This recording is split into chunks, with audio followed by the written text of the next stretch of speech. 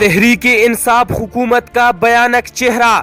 یہ خاتون دارالمان لاہور کی سپرنٹنڈنٹ ہے۔ اس نے شکایت درج کروائی کہ کم سن یتیم بچیوں کو پنجاب حکومت کے وزراء اور اعلی حکام کو سپلائی کرنے کا کہا جاتا ہے، بجائے اس کی حکومت اس پر تحقیق کروا کر ملزمان کو گرفتار کرتی۔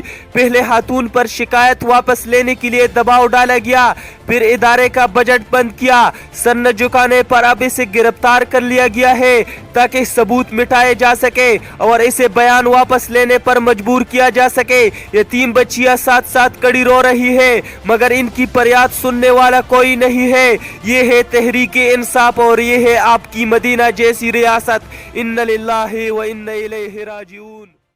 مزید اس طرح ویڈیو دیکھنے کے لیے آپ ہمارے پیج پاکستان چینل کو لائک کیجئے اور اس کے ساتھ یوٹیوب چینل کو بھی سبسکرائب کیجئے تاکہ ہر آنے والی ویڈیو آپ کو آسانی سے مل سکے۔